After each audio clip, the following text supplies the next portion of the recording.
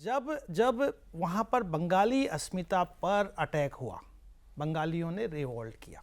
1952 में किया, 1971 में किया, पाकिस्तान से आज़ादी ली, लड़के आज़ादी ली, 9 महीने 30 लाख लोग शहीद हुए, 3 लाख से ज़्यादा महिलाओं का वहाँ उनके साथ में बलात्कार हुआ।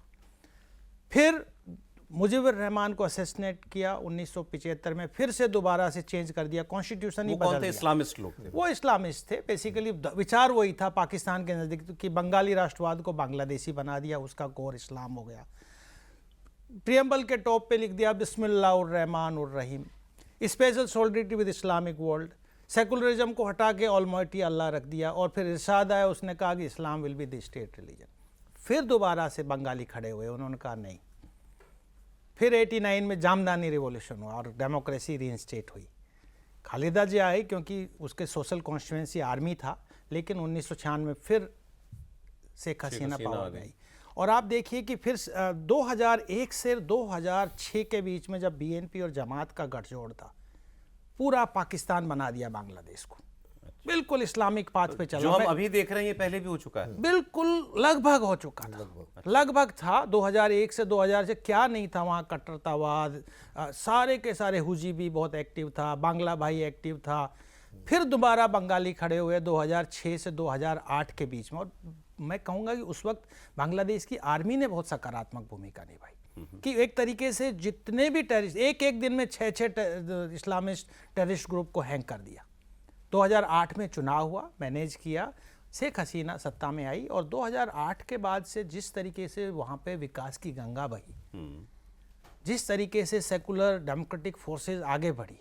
2012 में एक जब उस पर ब्लॉगर्स का किलिंग और जर्नलिस्ट का किलिंग और विदेशों, तो वहाँ पे शाहबाग आंदोलन हुआ, उसमें भी जनता खड़ी हो गई।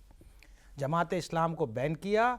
जितने भी जो 71 के कोलैबोरेटर्स थे, रजाकार, अल बदर, अल शाम, इस्लामिक छात्र शिविर, जमात इस्लाम, उनके कार्डर को एक एक को ये आईसीटी के माध्यम से 2009 में कॉन्स्टिट्यूट। ये बड़ा इंटरेस्टिंग है, आईसीटी जिसने अभी शेख हसीना को सजा दी है, ये शेख हसीना का ही बनाया हुआ है। सौरभ जी, मैं ये बात कहना चाहता हूँ, वो शेख हसीना का बनाया हुआ है, लेकिन वो 1971 के कॉज के लिए बना था। वो इस कॉज के लिए नहीं था। इसका मिस इंटरप्रिटेशन, गलत इंटरप्रिटेशन आज किया जा रहा है, क्योंकि वो सिर्फ 71 का ट्रायल करना मुझे था। आपसे बात करके एक संतोष इस बात का हुआ। मैं एक्चुअली ये सोचता रहता था कि ये कैसे हो सकता है कि एक देश जो इतनी जुल्म जाती, जिसने सही 3 लाख महिलाओं का, बेटियों का बलात्कार जहां हुआ, 30 लाख लोग जहां शहीद हुए, ब्रीड बदल देंगे, ब्रीड रेस बदल देंगे, कहते थे बंगालियों की रेस बदल देंगे। पाकिस्तानी सैनिक ये कहते थे इनकी नस्ल बदल देंगे हम, इनको मतलब पंजाबी फौज जो है इनको ये बना, हम इनको पंजाबी बना देंगे।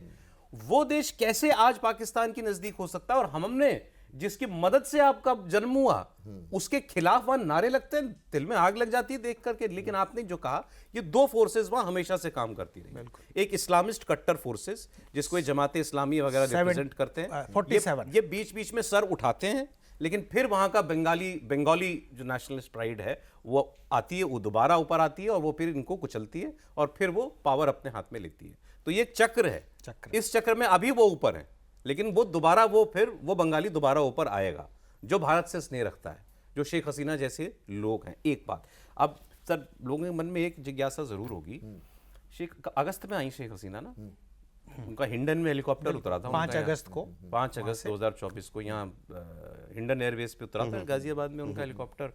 कहते हैं वहाँ पर हमारे एनएसए साहब भी थे, और फिर उनको पूरा एक सेफ रूट दिया गया। दिल्ली में, कभी से कोई पूछता है दिल्ली में कहाँ रहती हैं, तो मैंने भी पता किया, बताते हैं दिल्ली के एक 5 स्टार होटल में उनको एक बहुत सुरक्षित सेफ हाउस दिया गया है, वहाँ वो रहती हैं, और बड़ी आज़ादी से रहती हैं दिल्ली में, बाहर जा सकती हैं, वो मार्केट वगैरह भी जा सकती हैं, मतलब she is a free person. Khan market जाती हैं, वो हुमायूं मकबरे में कई बार लोगों ने उनके साथ सेल्फी ली है। तो भारत में वो एक आज़ाद ज़िंदगी जी रही हैं। अब भारत जो उनके लिए इतना कर रहा है, आपको बांग्लादेश की चिट्ठी की मैं भाषा बताऊं?